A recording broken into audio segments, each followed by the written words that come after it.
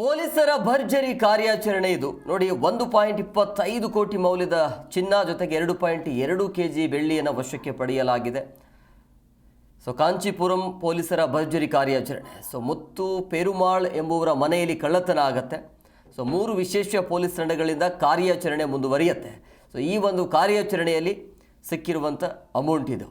1.25 ಕೋಟಿ ಮೌಲ್ಯದ ಚಿನ್ನ ಜೊತೆಗೆ 2.2 kg ಬೆಳ್ಳಿಯನ್ನು ವಶಕ್ಕೆ ಪಡೆಯಲಾಗಿದೆ.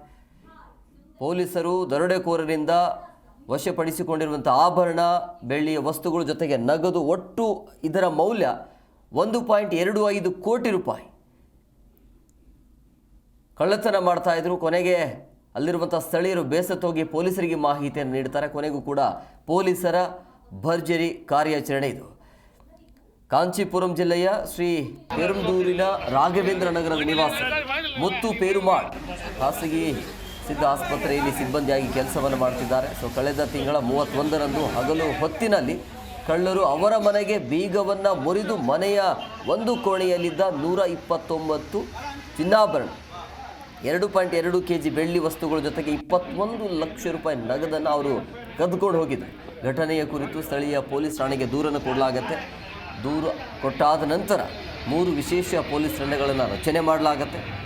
1 ತಿಂಗಳುಗಳ ಕಾಲ ಇದರ ಹುಡುಕಾಟ ಇರುತ್ತೆ. 1 ತಿಂಗಳು ಆದಮೇಲೂ ಕೂಡ ಅವ್ರು ಏನೇನು ಕದ್ದಿದ್ರಲ್ಲ ಅದೆಲ್ಲವನ್ನ ಈಗ ವಾಪಸ್ ಪಡೆಯಲಾಗಿದೆ.